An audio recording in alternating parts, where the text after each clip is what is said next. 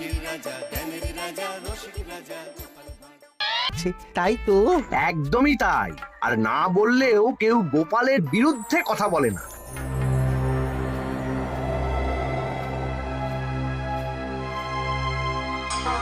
কি মন্ত্রী মশাই, আজকাল তো আমার কথা আর মনেই পড়ে না, ভুলে গেছেন নাকি?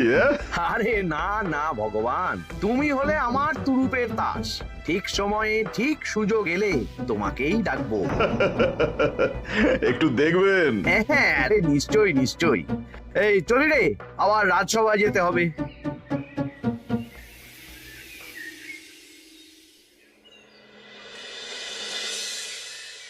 আচ্ছা, তোমরা বলো তো, আমাদের রাজ্যের সার্বিক উন্নতির জন্য সবার আগে কি দরকার? মহারাজ, আমি বলবো। বলো গোপাল।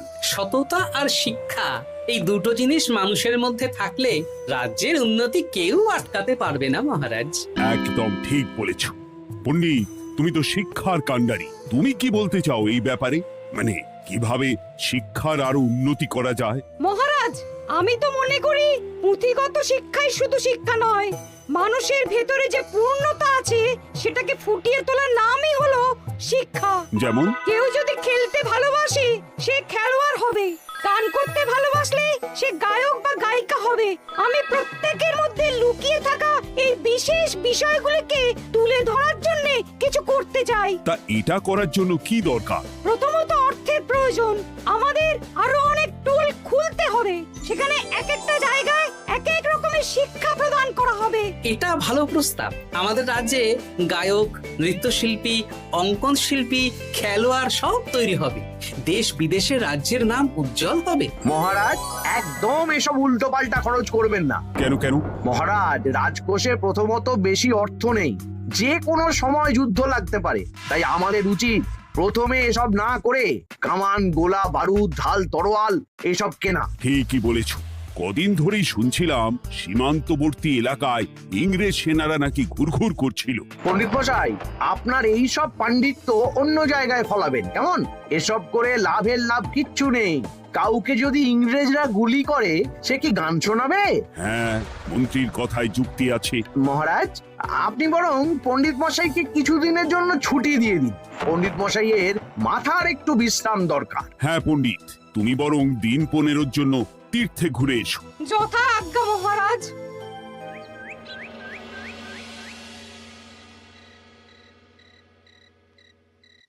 শোনো ভগবান, সকালেই তুমি কাজের কথা বলছিলে। আমি এমন ছক কষেছি, কালকে থেকেই তোমার জন্য একটা ভালো বেতনের কাজ জোগাড় করে দেব। শুধু যা বেতন পাবে তার অর্ধেক আমাকে দিতে হবে, কেমন? রাজি রাজি। কি কাজ বলুন? শোনো, বাহ বাহ, দারুণ দারুণ, হয়ে যাবে কাজ।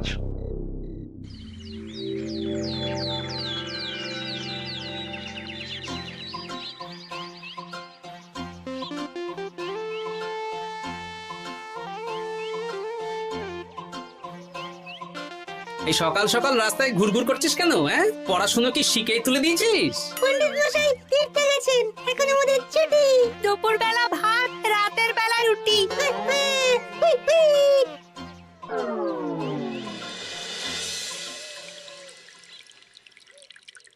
মহারাজ, গতকাল পণ্ডিতকে ছুটি দিলেন আর আজ পাঠশালার সব ছাত্রছাত্রী সকাল থেকে ঘুরঘুর করছে। কি, তাহলে তো মুশকিল। মুশকিল আসান করার রাস্তা আমার কাছে আছে মহারাজ। আমার সন্ধানে এমন একজন পণ্ডিত আছেন যিনি বহু ভাষাবিদ, অনেক পাণ্ডিত্য, দেশ বিদেশে শিক্ষাদান করেছেন। কিন্তু তাকে আমরা পাবো কোথায়? তিনি কৃষ্ণনগরে ঘুরতে এসেছেন। শুধু ওনাকে বেতনটা একটু বেশি দিতে হবে, এবং তিনি এই রাজ্যের যে কোনো মানুষের চেয়ে বেশি শিক্ষিত।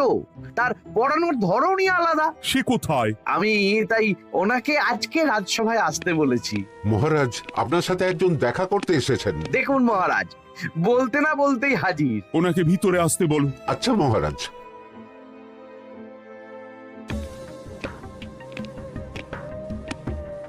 প্রণাম কৃষ্ণচন্দ্র, আমাকে আপনার মন্ত্রী ডেকেছেন, তাই এলাম। মন্ত্রীর সাথে কথা হয়েছে আমাদের রাজ্যের শিক্ষার উন্নতির ব্যাপারে।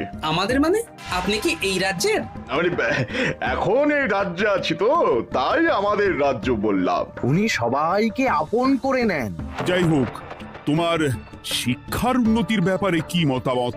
মহারাজ, আমি এই রাজ্যের বিভিন্ন মোড়ের মাথায় টোল খুলতে চাই। তার জন্য অনেক অর্থের প্রয়োজন। তাতে কি উপকার হবে? ছাত্রদের জন্য তো নির্দিষ্ট পাঠশালা আছে। যখন শত্রুরা আক্রমণ করতে আসবে তখন তারা দেখবে রাস্তার মোড়ে মোড়ে টোল, মোড়ে মোড়ে টোল। তারা বুঝতে পারবে এখানে সবাই শিক্ষিত। আর শিক্ষিত লোককে ক্ষমতার অধীনে রাখা কঠিন, যুদ্ধে জিতলেও শাসন করা মুশকিল। কারণ অশিক্ষিতকে বোকা বানানো সহজ, কিন্তু শিক্ষিতকে বোকা বানানো কঠিন। নতুন পণ্ডিত একদম ঠিক কথা বলেছে। কোনো বাইরের রাজা বা শত্রু আক্রমণ করার আগে 5 বার ভাববে। এই সেরেছে। গতকালই মন্ত্রী বলছিল শিক্ষার দরকার নেই, অস্ত্র কিনুন, আর আজকেই শিক্ষার পক্ষে কথা বলছে। ব্যাপারটা কেমন সন্দেহজনক, নজর রাখতে হচ্ছে। বেশ, আমি তোমার এই শিক্ষা সম্প্রসারণের প্রস্তাবে রাজি। মন্ত্রী, তুমি এই প্রকল্প দেখভাল করবে। আচ্ছা, কত খরচ হতে পারে একটা হিসেব করে আমাকে জানিও, আমি দিয়ে দেব। আচ্ছা মহারাজ, আপাতত 500 মোহর দিয়ে রাখুন, পরে যা লাগবে বলে দেব। উফ, সকালে এক পত্তন বাজার, বিকেলে এক পত্তন বাজার, আর পারি না। আরে হাত চালাও, হাত চালাও। বাবা, কাজ শুরু হয়ে গেল। হ্যাঁ, আর ছাত্রদের পাঠশালার কাছে যেতে হবে না। পাঠশালা ছাত্রদের বাড়ির কাছে চলে আসছে। যেখানে সেখানে পাঠশালা। এ তো যেখানে সেখানে শিক্ষা। ঠিক বলেছো। আজ থেকে আমি আর নতুন পণ্ডিত চালু করছি। ধরো শিক্ষা, মারো পেরে। শিক্ষাকে ছাত্রছাত্রীদের মধ্যে গেঁথে দিতে হবে। এতদিন জানতাম ধরতক্তা মার পেরে, এখন বদলে যাবে। কিন্তু একটা পণ্ডিত এতগুলো পাঠশালা একা সামলাবে কি করে? খেপে খেপে, মানে সকাল 6টা থেকে 7টা একটা জায়গায়, পরে 7:30 থেকে 8:30 আরেকটা। এইভাবে বিভিন্ন জায়গায় পণ্ডিত ঘুরে ঘুরে শিক্ষাদান করবেন। না, ব্যাপারটার উপরে মহারাজকে নজর রাখতে বলতে হবে। মহারাজ, আমার মনে হয় এই পাঠশালায় আগামীকাল থেকে কেমন পড়াশোনা শুরু হবে, আপনার সেদিকে একটু নজর রাখা উচিত। হ্যাঁ, দেখি আগামীকাল সকাল সকাল বিভিন্ন পাঠশালায় গিয়ে নজর রাখবো। আর হ্যাঁ, আমাকে নতুন পণ্ডিত একটা তালিকা দিয়েছে, কোন পাঠশালায় কখন পড়াবে সেটার তালিকা। আমিও যাব আপনার সাথে।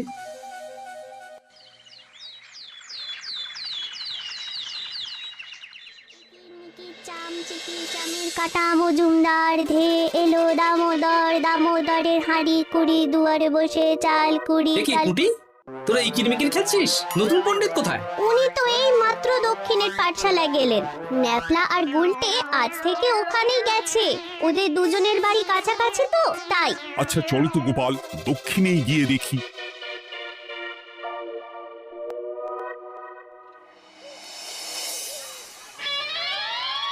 কি এখানেও তো নতুন পণ্ডিত নেই। নতুন পণ্ডিত মশাই আমাদের একের নামটা মুখস্থ করতে দিয়ে চলে গেলেন। একের নামটা?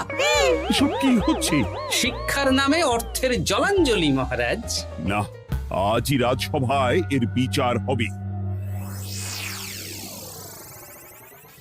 মন্ত্রী, আমি যা দেখলাম তাতে শিক্ষা তো কদিন পরে লাটে উঠবে। আমার এক ভাগ্নি তো আজ পাঠশালায় গিয়ে লুকোচুরি খেলেছে। নামমাত্র পড়াশোনা আর বাকি সময় খেলা, এভাবেই বয়ে গেল বেলা। মন্ত্রী, এই তোমার নতুন পণ্ডিতের দৌড়। মহারাজ, একজনের পক্ষে এতগুলো পাঠশালায় শিক্ষাদান তো সম্ভব নয়। তার জন্য তো আরো পণ্ডিতের প্রয়োজন, আর তার জন্য চাই আরো অর্থ। আবার অর্থ? শুধু মহারাজের অতিরিক্ত অর্থ খরচ হবে বলে আমি আগে এই প্রস্তাবটা রাখিনি। বেশ, তা আর পণ্ডিত কোথায় পাবে? আমাদের নতুন পণ্ডিতের কাছে অনেক পণ্ডিতের সন্ধান আছে। উনি একটা হাঁক মারলেই সব চলে আসবে। বেশ, তাহলে তাই ব্যবস্থা করো। এভাবে শিক্ষার অবনতি আমি চোখে দেখতে পারবো না। আরো 300 মোহর লাগবে। পেয়ে যাবে। এ তো দিনে দুপুরে ডাকাতি। ব্যাপারটা ধরতে হবে। কিছু একটা ঘোট তো আছেই। আর নতুন পণ্ডিতদের যদি কোথাও একটু থাকা খাওয়ার ব্যবস্থা করা যায় তাহলে ভালোই হয়। রাজবাড়ির অতিথিশালা তো আছেই, ওখানেই না হয় ব্যবস্থা করে দেব।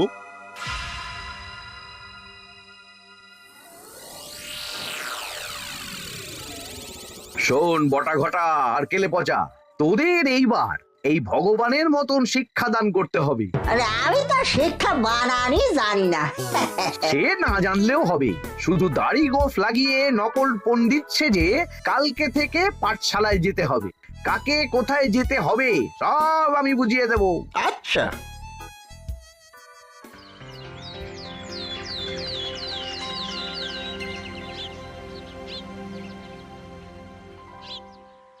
আচ্ছা বল তো, গতকাল তোদের বাড়িতে কি কি রান্না হয়েছিল? ভাত, মসুর ডাল আর লাউ ঘন্ট। লাউ ঘন্টের মধ্যে চিংড়ি ছিল? না। আজকে কি রান্না হবে? আজকে সকালে বাবা বাজার থেকে পাকা কাতলা এনেছে। কাতলা মাছের পাতলা করে ঝোল হবে। আর তোর? আমাদের আজ নিরামিষ, তাই কবজি ডুবিয়ে সবজি ভাতি খেতে হবে। বেশ।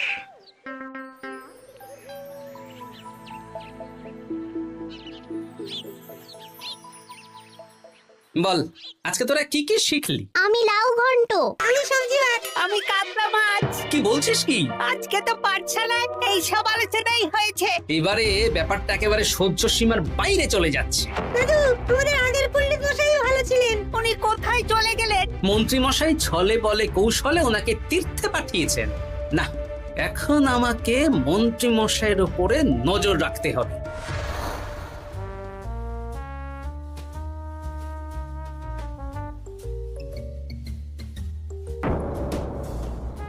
পাঠশালায় পড়ানোর ব্যাপার তো বিকেলেই মিটে গেছে। রাজবাড়ির অতিথিশালায় না গিয়ে নতুন পণ্ডিত মশাইরা এদিকে আবার কোথায় যাচ্ছেন? সাথে মন্ত্রীও আছেন, ব্যাপারটা নজর রাখতে হবে। তাড়াতাড়ি চল। চলুন চলুন। এদিকে তো বটা ঘটার বাড়ি, এদিকে মন্ত্রী মশাই কোথায় যাচ্ছেন?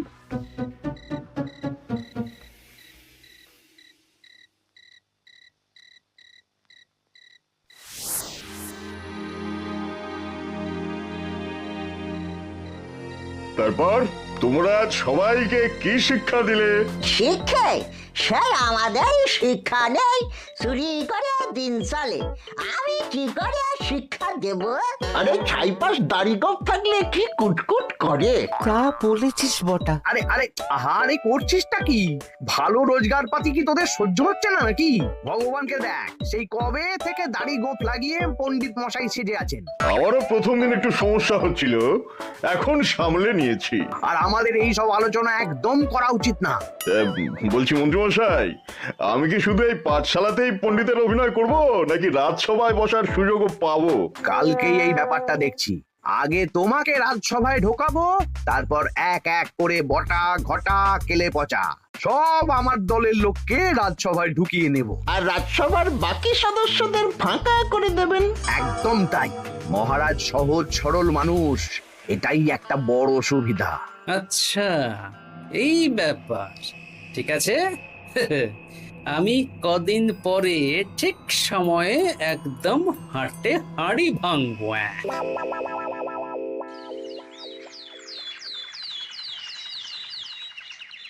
তাহলে মন্ত্রী, আর কোনো সমস্যা নেই তো? না না মহারাজ, এখন আর কোনো সমস্যা নেই। দেখবেন এই ধরশিক্ষা মারপেরেক প্রকল্পের নাম চারিদিকে ছড়িয়ে পড়বে। আমার তো মনে হয় একটু পাঠশালাতে বিজ্ঞান নিয়েও আলোচনা করা উচিত। হবে হবে, সব হবে। এখনো সব বাচ্চারা অজ্ঞান হয়ে আছে। আগে শিক্ষায় জ্ঞান ফিরুক, তারপরে না হয় বিজ্ঞান নিয়ে আলোচনা করবে। বিজ্ঞানী তো প্রস্তাবটা খারাপ রাখেনি। তুমি কি বেশি বোঝো? তাহলে তুমিই তো বিজ্ঞান শেখাতে পারো। আমি কবিরাজি শিক্ষা দান করতে পারবো। তোমার কবিরাজি শিখতে কেউ রাজি নয়, চুপ থাকো। আহ, দেখাই যাক না বাচ্চারা কেমন শিক্ষা লাভ করে। মহারাজ, বলছি কি, আমাদের পণ্ডিতের আসনটা তো ফাঁকাই পড়ে আছে। এখন যখন নতুন পণ্ডিত এসেই গেছেন, তাহলে ওই জায়গায় ওই তো বসতে পারে। কিন্তু পণ্ডিত তো তীর্থে গেছে, অবশ্য কদিন পরেই ফিরে আসবে। ও আসুক, তারপর না হয় আলোচনা করে একটা সিদ্ধান্ত নেব। পণ্ডিত মশাই না হয় এসে পুজো পাঠটাই করুক, কিন্তু রাজসভা এরকম ফাঁকা থাকলে কেমন একটা লাগে। বেশ, তাহলে তাই হোক। কালকে থেকে নতুন পণ্ডিত আমাদের পুরনো পণ্ডিতের জায়গায় বসবে। এইভাবে রাজসভা ফাঁকা করে যেতে হবে, তাহলে একদিন সবাই আমার পক্ষেই কথা বলবে, আর শেষে রাজাকেই সরিয়ে দেব।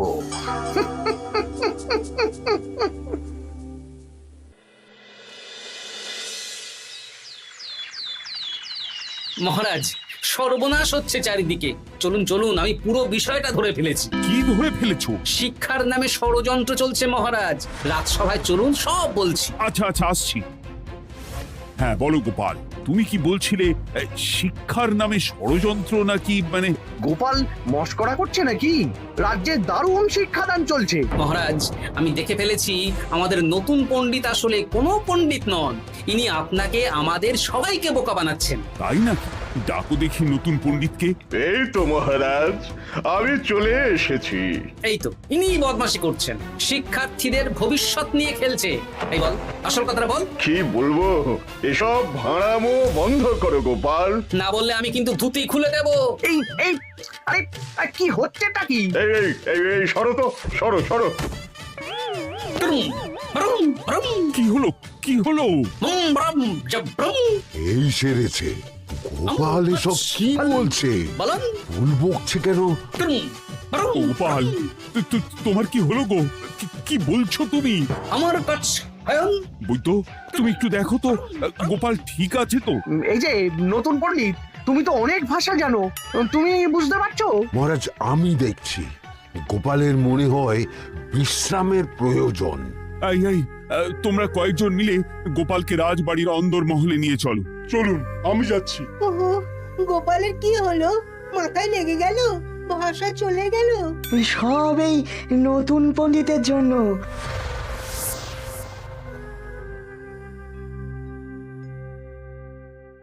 ভাল খাচ্ছ কাছ হায়ন মাস্টার কাছ।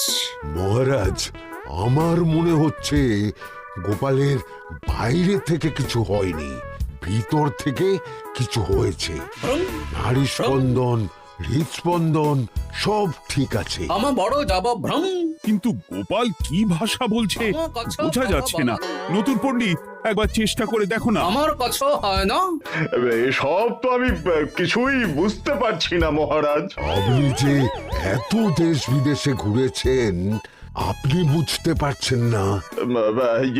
এ আমার এখতিয়ারের বাইরে। তোমার বাকি পণ্ডিতদের নিয়ে আসো তো, যারা পাঠশালায় পড়ায়। আমি বুঝতে পারছি না, বটা ঘটা কেলে পচা কি বুঝবে? আমার বড় যাব ভ্রম।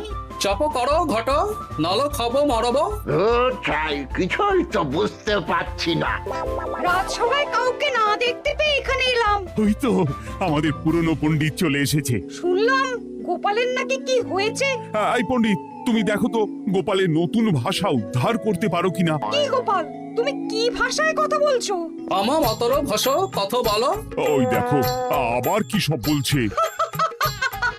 আমো বছর তো পড়ছো, সবার সাথে মস্করা করছো। তম ঠক ধরছ। হ্যাঁ, এই পণ্ডিত, এটা কি ভাষা? ঘাবড়াবেন না মহারাজ, এটা পাতি বাংলা ভাষা। বাংলা ভাষা? গোপাল শুধু আকার ইকার উকার আর বেশিরভাগ স্বরবর্ণ বাদ দিয়ে কথা বলছে। মানে গোপাল তম কছ কছ বলো। আমার নাম গোপাল ভর। মহারাজ, গোপাল বলল আমার নাম গোপাল ভর। আমার অত বকনা মহারাজ। এর মধ্যে আকার ইকার উকার এসব বসিয়ে দেখুন তো কি হয়। আমার নাম গোপাল ভাঁড়। আমার নাম গোপাল ভাঁড়। অত, আমি অত, বকা বোকা, নই মহারাজ। মহারাজ আমি অত বোকা নই মহারাজ। এই তো সুন্দর ধরে ফেলেছেন। কি কেমন দিলাম? দেখলে আমাদের রাজ্যে মন্ত্রী ধরে আনা পণ্ডিতের পাণ্ডিত্য। সব এক একটা গাধা। হ্যাঁ, এ কি ভগবান, বটা ঘটা কেলে পচা। মহারাজ, এখান থেকে কি বুঝতে পারলেন? কি? শিক্ষার বাইরেও অন্যভাবে সমস্যার কি করে সমাধান করা যায়, তাও শুধুমাত্র উপস্থিত বুদ্ধি দিয়ে, যেটা আমাদের রাজপণ্ডিতের আছে। তা তো দেখতেই পাচ্ছি। আর সেই জন্যই মন্ত্রী ওনাকে সরাতে চেয়েছিলেন, আর কিছুদিনের মধ্যে সব সভাসদদের সরিয়ে দিতেন। আমি সব মতলব শুনেছিলাম, আর এই দিনটার জন্য অপেক্ষা করছিলাম। আজকেই তো পণ্ডিতের তীর্থ থেকে ফিরে আসার কথা। তাই আজকে এই ছোট্ট নাটকটি করলাম। এবার মন্ত্রী আর এই 4 জন নকল পণ্ডিতকে আচ্ছা করে কারাগারে গিয়ে ধোলাই দাও। ধোলাই হলো ওনাদের জন্য উপযুক্ত এবং উচিত শিক্ষা।